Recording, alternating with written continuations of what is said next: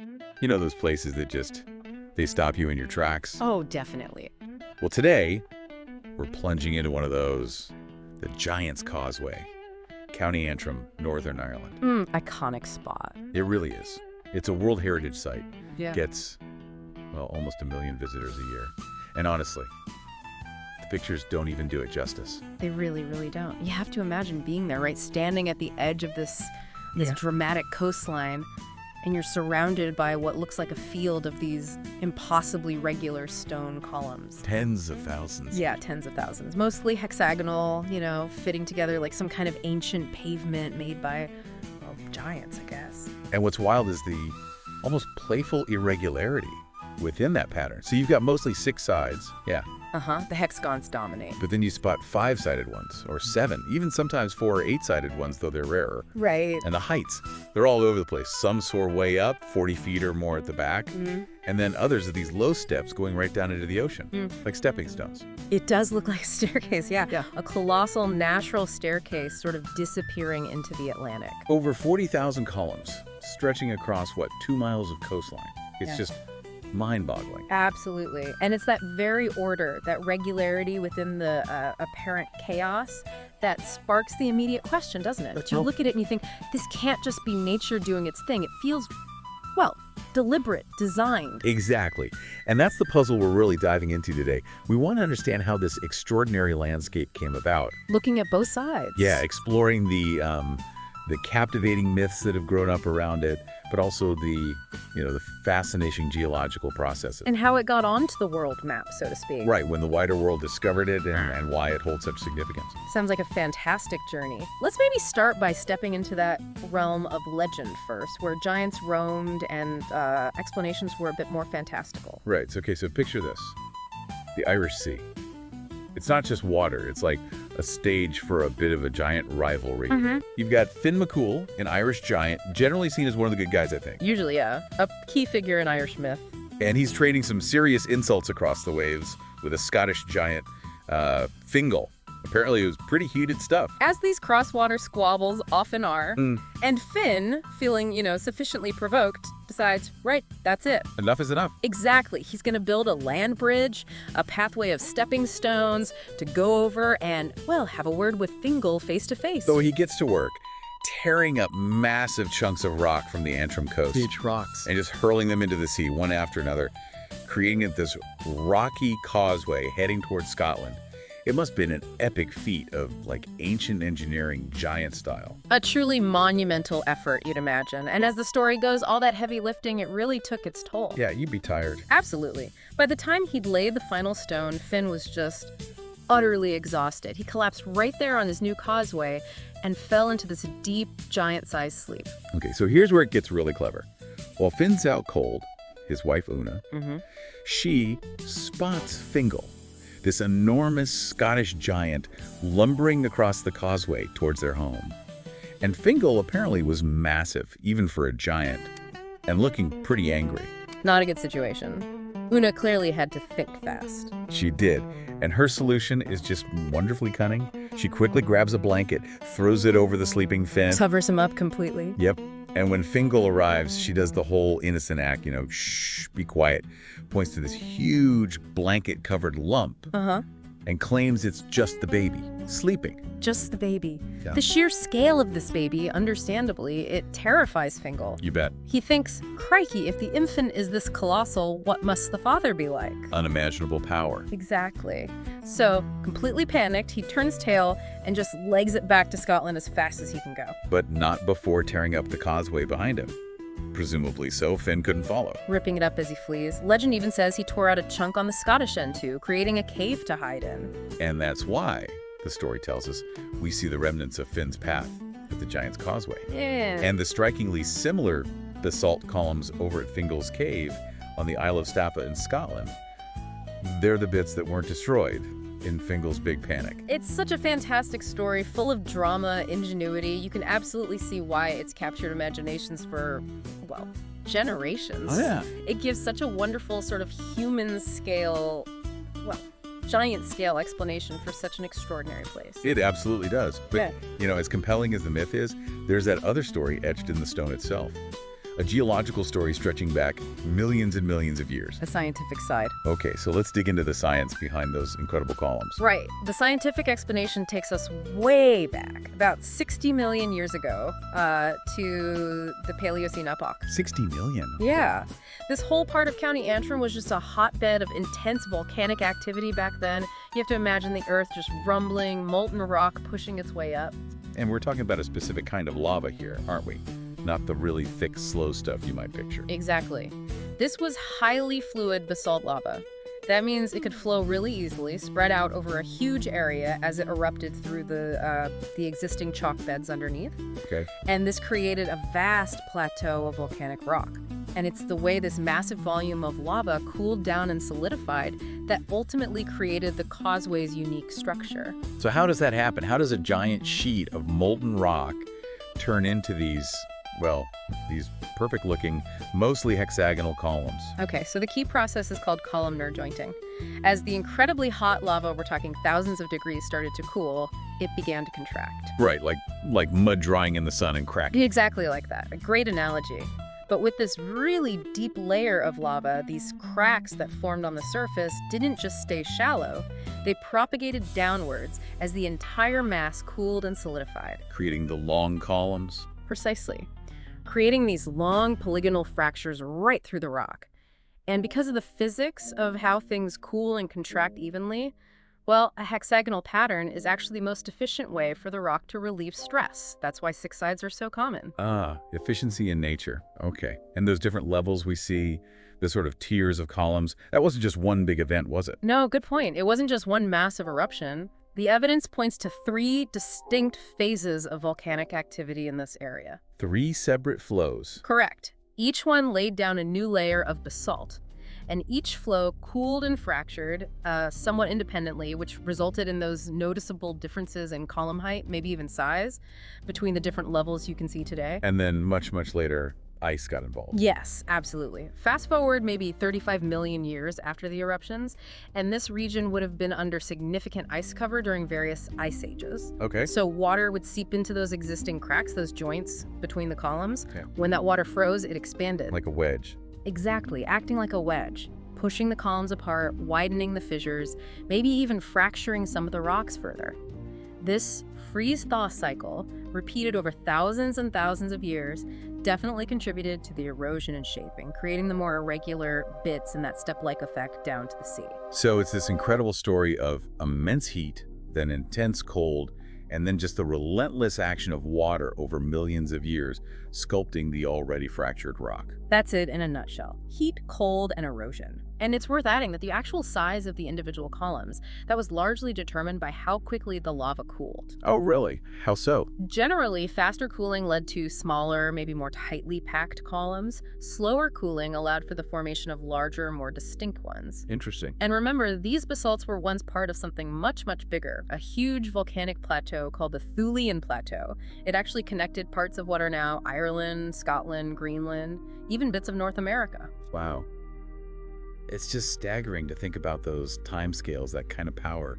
Okay, so let's turn to when this incredible natural wonder sort of came to the attention of the wider world, its discovery, as it's often put. Right. Well, in 1693, Sir Richard Bulkeley, he was a fellow of Trinity College, Dublin, he presented a paper to the Royal Society in London, and this was basically formally announcing the discovery of the Giant's Causeway. A big moment, bringing it to European scientific attention. It was.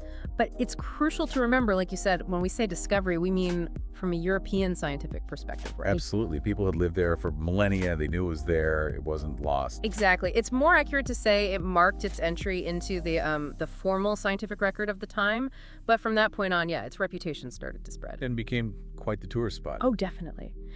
By the Victorian era, a trip to the Giant's Causeway was almost like obligatory for anyone doing the Grand Tour of Ireland. It became a must-see natural spectacle. And there was a bit of debate back then about how it formed, wasn't there? Some people actually argued it was man-made. Yes, that was an early view.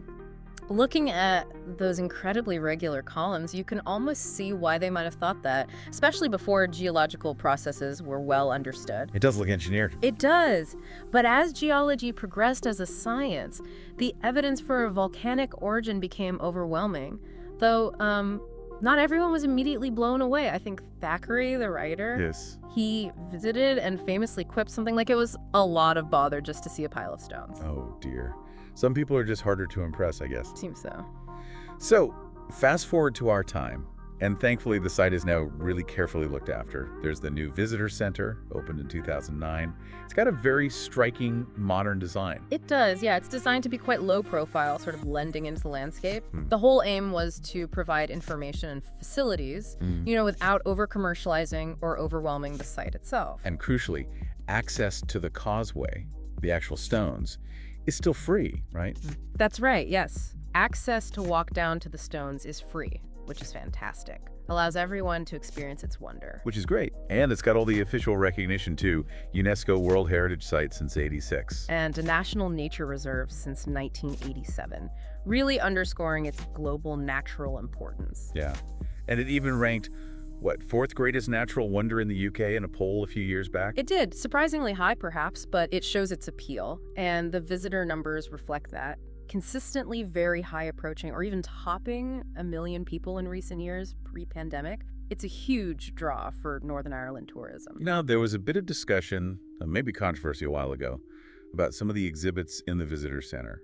Something about including different viewpoints on its origin. Ah, yes, that did come up. There was some debate around the inclusion of material presenting young Earth creationist perspectives alongside the established scientific explanation. While some argued it offered maybe a broader range of views, it did spark concern given the, overwhelming scientific consensus on the Causeway's geological formation over millions of years. So how was that resolved? The National Trust, who managed the site, they reiterated their firm support for the scientific explanation. They undertook a review of the exhibits to make sure that the scientific understanding was presented clearly and prominently. Okay. It just highlights that tricky balance, doesn't it? Yeah. Presenting information at a site with such a strong scientific story while maybe acknowledging other narratives exist in the culture. It's a delicate line sometimes. Now, one of the real joys of actually being there is spotting all the incredible formations and imaginative names they've been given over the centuries. Oh, absolutely. Millions of years of weathering have just sculpted the basalt into some truly remarkable shapes. And it sparks that human tendency, doesn't it, to see familiar forms. Totally, like the organ. Yes, the organ with its tall, slender columns looking just like organ pipes.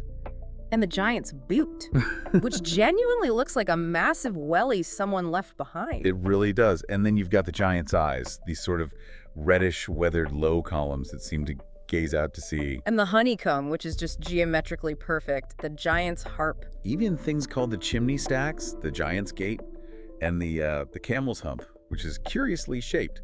It's like nature's own surreal sculpture park. It really is. And just going back to the legend for a second, it's fascinating that those identical basalt columns over at Fingal's Cave in Scotland, they are part of the exact same ancient lava flow. Wow, really reinforces that link. It really does. You can see how it strengthens that intuitive connection people made over centuries between the two places and the whole giant story. It makes you think about that interplay, doesn't it?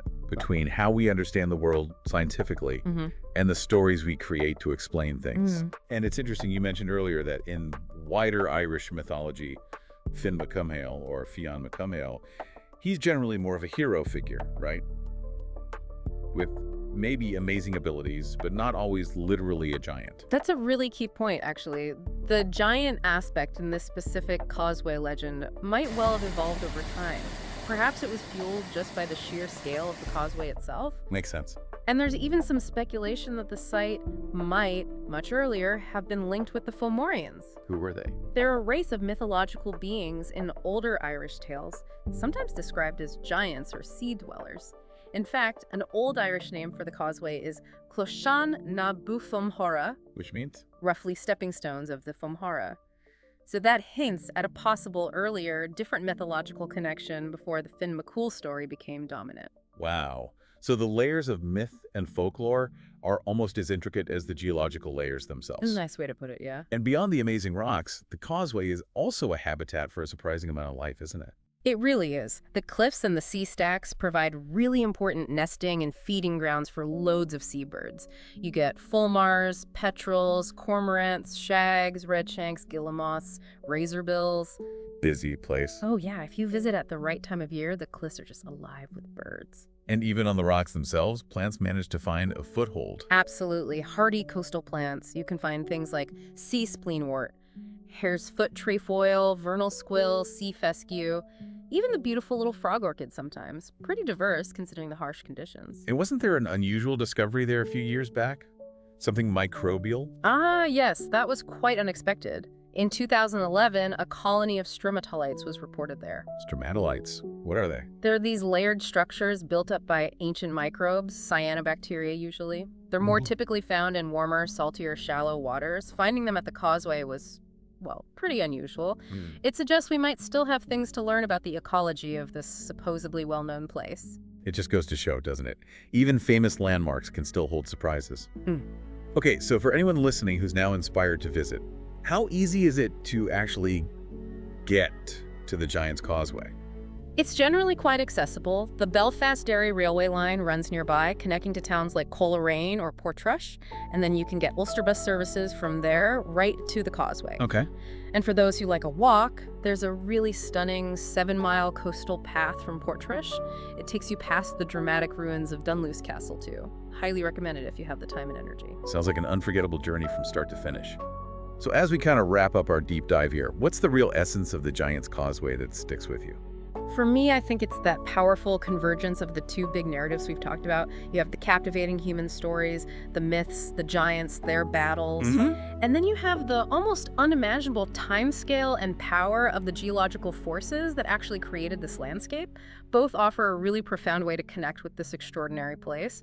That's it, isn't it? Yeah. That moment of awe when you stand there and you grasp, even just a little bit, the sheer power of nature working over millions of years. Yeah.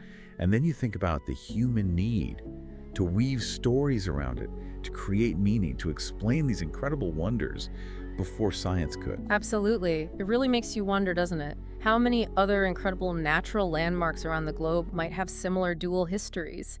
These blends of folklore and scientific reality, just waiting for us to explore and understand those fascinating connections.